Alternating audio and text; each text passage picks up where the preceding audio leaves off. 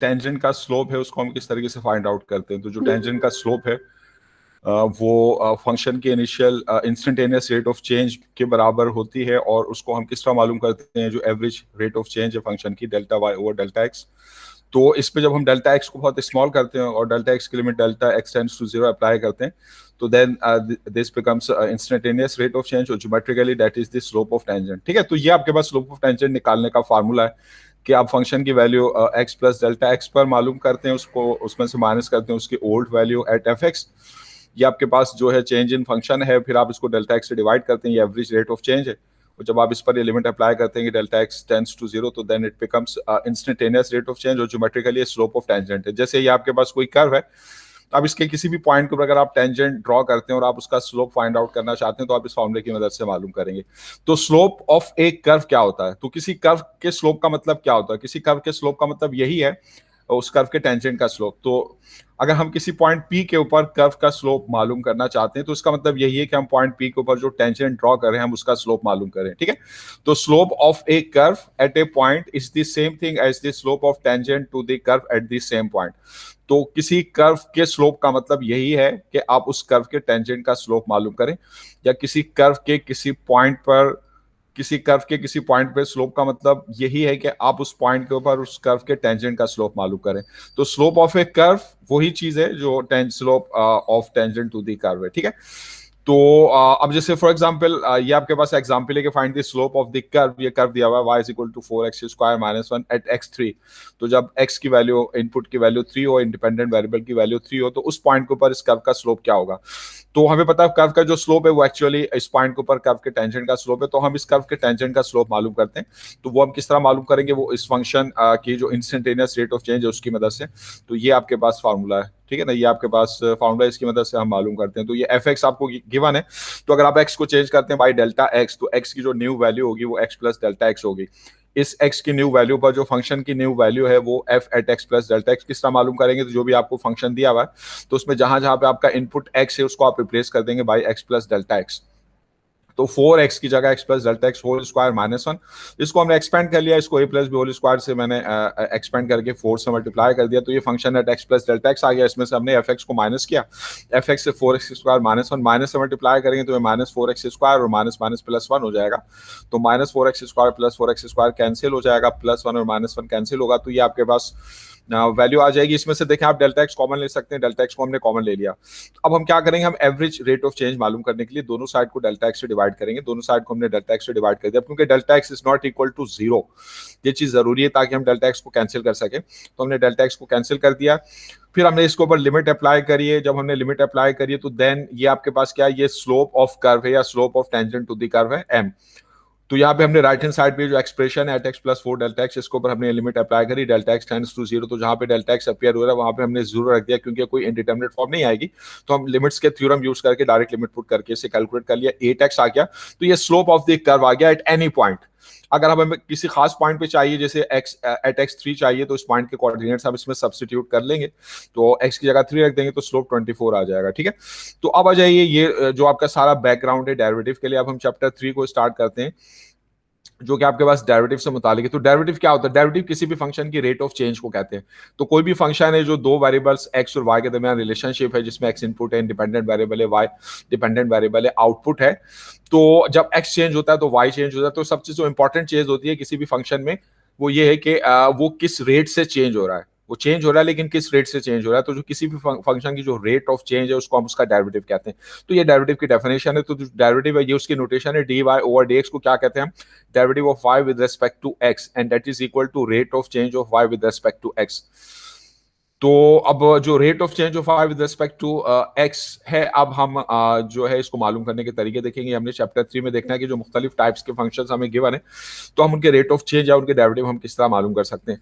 तो हमें पता है जो रेट ऑफ चेंज है, जिसको हम इंस्टेंटेनियस रेट ऑफ चेंज भी कहते हैं और सिंपली रेट ऑफ चेंज भी कहते हैं, तो उसकी डेफिनेशन क्या होती है। उसकी डेफिनेशन ये कि जो एवरेज रेट ऑफ चेंज है delta Y over delta X, जब हम इसमें डेल्टा एक्स को बहुत स्मॉल करते हैं, यानी इतना स्मॉल कि वो क्लोज टू जीरो, यानी when delta x tends to zero, तो जब हम ये लिमिट अप्लाई करते हैं तो ये जो average rate of change it becomes instantaneous rate of change.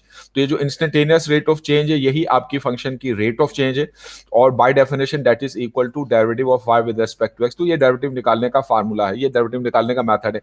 लेकिन हमें पता है कि जो इंस्टेंटेनियस रेट ऑफ चेंज आपके पास यही एक्चुअली जो है किसी कर्व के टेंजेंट का स्लोप है। तो ये कर्व के टेंजेंट का स्लोप है, और कर्व के टेंजेंट के स्लोप को हम कर्व का स्लोप भी कहते हैं। तो इस तरह ये जितनी जो डिफरेंट चीजें आप देख रहे हैं ना, ये सब एक ही है। यानी रेट ऑफ चेंज डेरिवेटिव, या रेट ऑफ चेंज, या slope of tangent to the curve, या स्लोप ऑफ द कर्व, सबका मतलब एक ही है। तो जो डेरिवेटिव है वो फिजिकली रेट ऑफ चेंज है, डेरिवेटिव जो है ज्योमेट्रिकली वो slope of tangent to the curve है या स्लोप ऑफ द कर्व है। तो इन सब तमाम चीजों का मतलब एक ही है। ठीक है, अगर आपसे कहा जाए कि आप किसी कर्व का डेरिवेटिव निकालें तो ज्योमेट्रिकली आप उसके टेंजेंट का स्लोप निकाल रहे हैं या उस कर्व का स्लोप निकाल रहे हैं। तो इसको हम कहते हैं डेरिवेटिव बाय डेफिनेशन। जब हम डेरिवेटिव को बाय डेफिनेशन निकालते हैं तो किस तरह निकालते हैं कि अगर y is a function of x है तो डेरिवेटिव जो है वो फंक्शन की y की जो है रेट ऑफ चेंज है, और rate of change by definition क्या है कि delta y over delta x, जो एवरेज रेट ऑफ चेंज है, इसको पर आप लिमिट अप्लाई करें डेल्टा x टेंड्स टू 0, तो then it becomes instantaneous rate of change या रेट ऑफ चेंज। तो that is by definition that is called derivative of y with respect to x। तो ये जो है डेरिवेटिव निकालने का फॉर्मूला है। यानी जो f eight x plus delta x निकालेंगे, ये फंक्शन की न्यू वैल्यू, इसमें से माइनस कर देंगे फंक्शन की ओल्ड वैल्यू fx, तो ये चेंज इन फंक्शन है डेल्टा y। इसको आप डिवाइड कर देंगे डेल्टा x से, तो ये एवरेज रेट ऑफ चेंज है। इसको पर आप लिमिट अप्लाई करेंगे कि डेल्टा x टेंड्स टू 0, तो then it becomes rate of change या डेरिवेटिव। ठीक है ना। तो बाज़ बुक्स में हम ये करते हैं कि जो डेल्टा x है, आसानी की खातिर कि हम डेल्टा और एक्स दो सिंबल लिखने के बजाय जस्ट एच से इसको रिप्रेजेंट करते हैं। तो सिर्फ नोटेशन का फर्क है, इससे कोई फर्क नहीं पड़ेगा, डेल्टा एक्स कह लें एच कह लें। तो अगर आप डेल्टा एक्स की जगह जो एक्स की चेंज है उसको एच से डिनोट करेंगे, तो फिर जो derivative of Y with respect to X है उसमें क्या होगा कि जब आप एक्स को चेंज करते हैं बाय एच, तो फंक्शन की वैल्यू आप x प्लस एच पर निकालेंगे, फिर minus F x divided by delta x की जगह इसको आप एच से डिनोट करें, आप x की चेंज यानी h से डिवाइड कर लेंगे, और जब h टेंड्स टू 0 होगा ये लिमिट अप्लाई करेंगे तो ये आपको डेरिवेटिव मिलेगा। ठीक है। तो अब डेरिवेटिव जो है, अब जैसे डेरिवेटिव को हम पावर रूल निकालते हैं बाय डेफिनेशन, जैसे आपके पास कोई फंक्शन है x की पावर n, तो इसका डेरिवेटिव क्या होगा, तो हम डेरिवेटिव बाय डेफिनेशन से निकाल के ये पावर रूल ड्राइव करते हैं। तो अगर x में h चेंज हो तो x की न्यू वैल्यू है x प्लस एच, तो इसके ऊपर जो फंक्शन की न्यू वैल्यू यानी f eight x plus H, तो जहां पे भी x अपियर हो रहा है उसको हम उसकी new value x plus H से रिप्लेस कर देंगे, तो x प्लस एच की पावर n। अगर ये n नहीं होता 2 होता तो a plus B whole square से खोलते, क्यूब होता है a plus B whole cube से खोलते हैं। अब ये पावर n है, तो अब कोई जनरल पावर होती है तो उसको हम बाइनोमियल थ्योरम से एक्सपेंड करते हैं। तो ये आपके पास बाइनोमियल थ्योरम है कि a प्लस बी की होल पावर n किसके बराबर है, a की power n plus n, a की power n minus 1 b plus n into n minus 1 upon 2 factorial a की power n minus 2 b square. अब दूसरा जो लास्ट टर्म होती है वो b की पावर n है। तो ये जो x प्लस एच की होल पावर n, इस पर अगर आप बाइनोमियल थ्योरम लगाएं, x की जगह a की जगह x और b की जगह h, तो बाइनोमियल थ्योरम से आप इसको एक्सपेंड करेंगे तो x की power n plus n into x की power n minus 1 h plus n n minus 1 upon 2 factorial x की power n minus 2 h square plus इस आगे की टर्म्स खोलेंगे up to last term b की पावर n h की power n होगी। ठीक है ना। अब इसमें अब आप जो है जो ओल्ड वैल्यू है फंक्शन की f eight x plus h, इसमें से माइनस करते हैं fx, तो ये fx आपके पास x की पावर n है, ये माइनस x की पावर n प्लस x की पावर n कैंसिल। बाकी जो टर्म्स आप देख रहे हैं इन सब में h कॉमन है, h कॉमन ले लिया तो जो फर्स्ट टर्म है n इंटू x की पावर n माइनस 1 बचेगा, जो सेकंड टर्म है h स्क्वायर, इसमें h बचेगा। इस तरह जो लास्ट टर्म है h की पावर n, एक h आपने कॉमन ले लिया तो h की पावर विल रिड्यूस बाय 1, तो h की पावर होगी n माइनस 1। ठीक है। फिर आप एवरेज रेट ऑफ चेंज निकालने के लिए दोनों साइड को h से डिवाइड करेंगे, दोनों साइड को h से डिवाइड किया, क्योंकि h is not equal to 0 तो इसलिए आप h को कैंसिल कर देते हैं, h को कैंसिल कर दिया। तो अब आप देखें जब आप लिमिट अप्लाई करेंगे तो जो फर्स्ट टर्म है इसमें h नहीं है, ये सिर्फ सर्वाइव करेगी, बाकी जितने भी टर्म्स है सेकंड से लेके लास्ट तक सब में कोई ना कोई h की पावर मौजूद है। तो जब आप उसमें h की लिमिट 0 रखेंगे वो सारी टर्म्स 0 हो जाएंगी। तो इस तरीके से जो आपके पास डेरिवेटिव आएगा, यही आपके पास जो है ये डेरिवेटिव की डेफिनेशन, ये क्या आपके पास, ये आपके पास जो है rate of change of y है, यानी डेरिवेटिव है। तो इसका जो dy ओवर dx है वो आपके पास क्या आ गया, n इंटू एक्स की पावर n माइनस 1। तो इसको हम इस तरह लिख सकते हैं कि अगर y जो है x की पावर n हो तो उसको जब आप डिफरेंशिएट करते हैं with respect to x, derivative मालूम करने के अमल को हम डिफरेंशिएशन कहते हैं, यानी रेट ऑफ चेंज मालूम करने के अमल को हम डिफरेंशिएशन कहते हैं। तो जब हम डिफरेंशिएट करते हैं विद रिस्पेक्ट टू x की पावर n को, तो किस तरह उसका डेरिवेटिव आता है, हम n जो पावर है उससे मल्टीप्लाई करके x की पावर रिड्यूस कर देते हैं बाय 1। तो ये पावर रूल है डेरिवेटिव का, n इंटू एक्स की पावर n माइनस 1। तो जब भी x की किसी पावर का डेरिवेटिव लेना होगा आप इस रूल से लेंगे, जैसे फॉर एग्जांपल एक्स स्क्वायर है उसका डेरिवेटिव 2x होगा, तो 2 से मल्टीप्लाई करके x की पावर रिड्यूस कर दी बाय 1, 2 माइनस 1 तो x की पावर 1, इस तरह x की पावर 4, इस पर पावर रूल लगा के आप डेरिवेटिव लें तो अब 4 से मल्टीप्लाई करके x की पावर रिड्यूस कर देंगे बाय 1 तो 4x क्यूब। तो अब जब भी आपको x किसी पावर का डेरिवेटिव लेना होगा तो आपको डेफिनेशन यूज करने की जरूरत नहीं, यानी आपको ये सारे स्टेप्स करने की जरूरत नहीं है।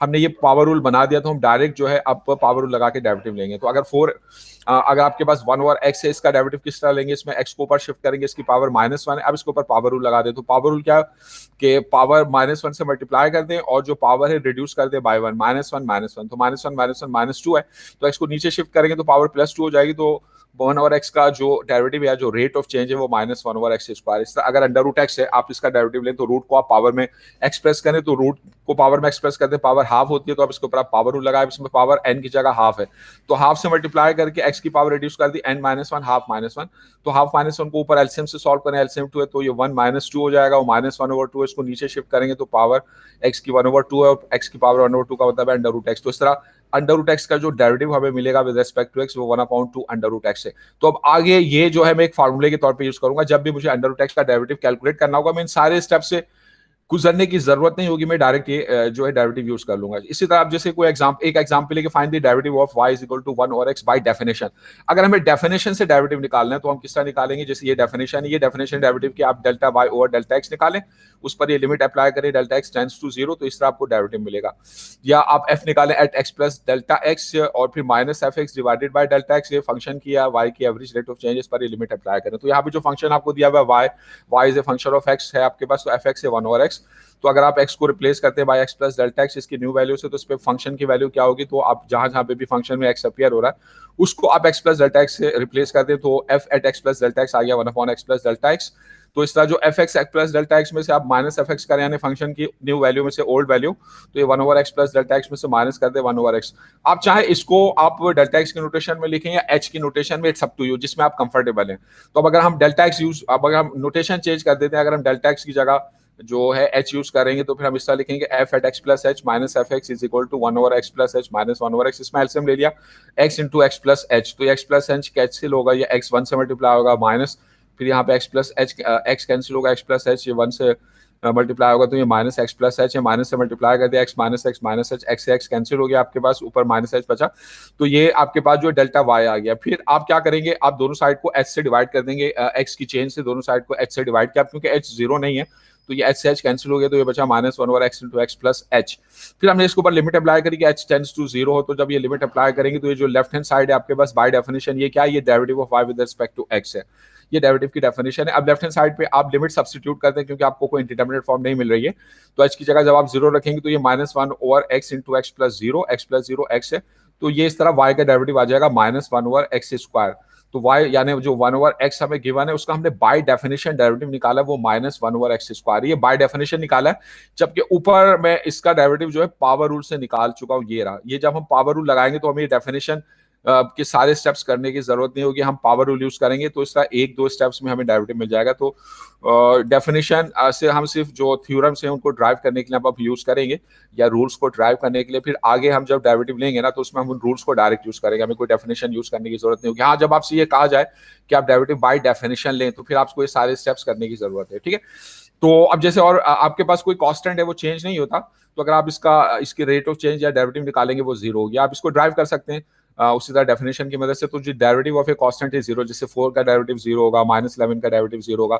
इसी तरह कोई कांस्टेंट मल्टीपल रूल, यानी x की कोई पावर n है उससे कोई कांस्टेंट मल्टीप्लाई हो रहा है, तो आप इसका डेरिवेटिव किस तरह निकालेंगे, ये कांस्टेंट नहीं है, कांस्टेंट मल्टीपल है। तो जब आप कांस्टेंट मल्टीप्लाई हो रहा है x के किसी पावर n से, तो उसकी रेट ऑफ चेंज डेरिवेटिव निकालने के लिए आप c को एज इट इज रखें, यानी इसको आप डेरिवेटिव से बाहर निकाल सकते हैं, और x की पावर n पे आप पावर रूल अप्लाई कर देंगे, तो पावर रूल से इसका डेरिवेटिव होगा n इंटू एक्स की पावर n-1। तो इस तरह ये कांस्टेंट इस n से मल्टीप्लाई होगा। जैसे अगर 3x स्क्वायर इसका डेरिवेटिव निकालेंगे तो 3 एज इट इज, ये कांस्टेंट मल्टीपल है, एक्स स्क्वायर का डेरिवेटिव पावर रूल से 2x है, तो 3 इंटू 2 6x हो जाएगा, ठीक है। इसी तरह एडिटिव रूल है कि आपके पास कोई सम या डिफरेंस है, आप उसका डेरिवेटिव लेना चाहते हैं, तो आप क्या करेंगे, डेरिवेटिव को आप सम और डिफरेंस पर डिस्ट्रीब्यूट कर देंगे, यानी derivative of a plus b या a minus b will be equal to derivative of a plus minus derivative of b। यानी सम का डेरिवेटिव डेरिवेटिव का सम होता है, या डिफरेंस का डेरिवेटिव डेरिवेटिव का डिफरेंस होता है। इसको भी आप डेफिनेशन से ड्राइव कर सकते हैं। जैसे मिसाल के तौर पर एक्स क्यूब प्लस 11x, ये सम है, आप इसका डेरिवेटिव लेना चाहते हैं with respect to x, derivative operator है, ये जब ऑपरेट करता है तो ये रेट ऑफ चेंज मालूम करता है। तो हम डेरिवेटिव को डिस्ट्रीब्यूट करेंगे, यानी एक्स क्यूब का डेरिवेटिव लेंगे एडिटिव रूल से, 11x का लेंगे, एक्स क्यूब का पावर रूल से लेंगे 3x स्क्वायर, 11x का भी पावर कांस्टेंट मल्टीपल रूल से लेंगे, 11 का 11 एज इट इज रहेगा, x का डेरिवेटिव 1 होगा, तो इसका 11x का डेरिवेटिव जो 11x आ जाएगा। अब जैसे ये डेरिवेटिव का प्रोडक्ट रूल है। इसको मैं डेफिनेशन आपको ड्राइव करके दिखा रहा हूँ ताकि आप ये देख सकें कि हम ये जो रूल हैं ये इनको हम डेफिनेशन से किस तरह ड्राइव करते हैं। जैसे प्रोडक्ट रूल में आपके पास दो फंक्शंस है एक्स के, ए और बी, उनका प्रोडक्ट है, तो उसका डेरिवेटिव आप किस तरह लेंगे? ये आपका वाई है, that is the product of a and b which are functions of x, a of x of b of x. तो ये आपको एफ एक्स दिया हुआ है। तो अब आप x को चेंज करते हैं बाई h, तो x की न्यू वैल्यू है x प्लस h, तो इसके ऊपर फंक्शन की न्यू वैल्यू क्या होगी? तो f eight x plus h। अब इसमें जब इनपुट आप x से चेंज करके x प्लस h करेंगे तो जहां जहां पर भी x अपियर हो रहा है वहां पर आप न्यू इनपुट रख देंगे x प्लस h। तो ये f eight x plus h आ गया, इसमें से माइनस एफ एक्स किया, तो ये हमारे पास इसका एक्सप्रेशन आ गया कि a at x plus h into b at x plus h minus a at x into b x. अब इसमें मैं क्या कर रहा हूँ, इसमें ये जो फर्स्ट टर्म है ना, इसमें से b into x plus h common निकालने के लिए मैं इसमें a x b into x plus h अपने पास से ऐड और सब्ट्रैक्ट कर रहा हूँ। ये मैं इसलिए कर रहा हूँ ताकि जो फर्स्ट टर्म है इसमें से हम b into x plus h common ले सकें। तो ये जो टर्म है सेकंड वाली, अरे minus a x into b x plus h और a x into b x plus h, इसको मैंने अपने पास से ऐड किया और सब्ट्रैक्ट किया। तो फर्स्ट टर्म ये रही और जो लास्ट सेकंड टर्म थी ए एक्स इंटू बी एक्स ये रही, और ये जो बीच की दो टर्म है इसको हमने अपनी तरफ से ऐड और सब्ट्रैक्ट किया ताकि जो फर्स्ट टर्म है इसमें से b into x plus h हम कॉमन ले लें। अब जब इसको आप कॉमन लेंगे b at x plus H, तो यहाँ पे बचेगा a at x plus h minus a x, और ये जो लास्ट की दो टर्म है इसमें से क्या कॉमन है? ए एक्स। इसमें से ए एक्स कॉमन ले ले तो ये बचेगा b at x plus h minus b x. ठीक है, फिर हमने दोनों साइड को ऐसे डिवाइड कर दिया ताकि हमें एवरेज रेट ऑफ चेंज मिल जाए। तो ये एवरेज रेट ऑफ चेंज मालूम करने के लिए ऐसे डिवाइड करें। तो ऐसे मैंने फर्स्ट टर्म में इस ब्रैकेट में डिवाइड करके दिखा दिया, इस तरह सेकंड टर्म में इस ब्रैकेट को डिवाइड करके दिखा दिया। फिर हम इसके ऊपर लिमिट अप्लाई करते हैं ताकि हमें रेट ऑफ चेंज मिले या इंस्टेंटेनियस रेट ऑफ चेंज मिले, यानी डेरिवेटिव मिले। तो ये डेरिवेटिव बाय डेफिनेशन हम निकाल रहे हैं। तो अब h जब टेंड्स टू जीरो होगा तो ये लिमिट जब आप पहली टर्म में पुट करेंगे h की जगह ये जीरो हो जाएगा, और फिर ये जो सेकंड ब्रैकेट है इसके ऊपर मैंने ये लिमिट अप्लाई करी है।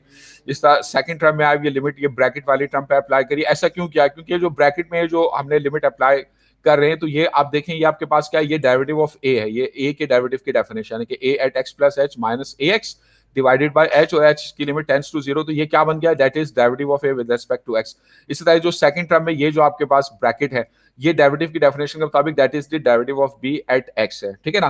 तो इस तरह जो d y over d x है वो आपके पास क्या है कि b x as it is derivative of a plus a x as it is derivative of b. तो आप इसको क्योंकि बीच में प्लस है तो आप इस टर्म को पहले लिख सकते हैं, कोई फर्क नहीं पड़ता, जो एडिशन है वो कम्यूटेटिव होती है। तो इस तरह हमें प्रोडक्ट रूल मिल गया डेरिवेटिव का कि अगर आपके पास दो फंक्शंस का प्रोडक्ट है ए एंड बी, आप उसका डेरिवेटिव लेते हैं तो आप क्या करेंगे? आप एक टर्म को एज इट इज रख के दूसरी टर्म का डेरिवेटिव लेंगे, प्लस करेंगे, फिर इसी तरह आप बाकी टर्म्स के साथ करेंगे। यानी हर टर्म में आप किसी एक टर्म को डिफरेंशिएट करेंगे, बाकी को एज इट इज रखेंगे और सबको ऐड कर लेंगे। यानी ए इंटू बी का डेरिवेटिव क्या होगा? A as it is b का derivative plus b as it is a का डेरिवेटिव। इसे हम कहते हैं प्रोडक्ट रूल। अब अगर आपको तीन टर्म्स का प्रोडक्ट दिया हुआ और आप उसका डेरिवेटिव लें तो ये प्रोडक्ट रूल आप तीन टर्म्स चार टर्म्स जितने भी टर्म्स उस पर अप्लाई कर सकते हैं। जैसे तीन टर्म्स ए बी सी, आप उनका डेरिवेटिव किस तरह लेंगे? याद रखें एक वक्त में आपने एक टर्म का डेरिवेटिव लेना, बाकी टर्म्स को एज इट इज रखना है। तो इसमें ए बी को एज इट इज रखा, सी का डेरिवेटिव ले लिया प्लस, फिर हमने ए और सी को एज इट इज रखा, बी का डेरिवेटिव ले लिया प्लस, और फिर हमने बी और सी को एज इट इज रखा और ए का डेरिवेटिव ले लिया। तो ये आपके पास जो है प्रोडक्ट रूल है। अब हम इसके एग्जाम्पल जो है वो नेक्स्ट क्लास में देखेंगे। तो यहाँ पर जो है हमारी ये क्लास खत्म हो गई है। खुदा हाफिज।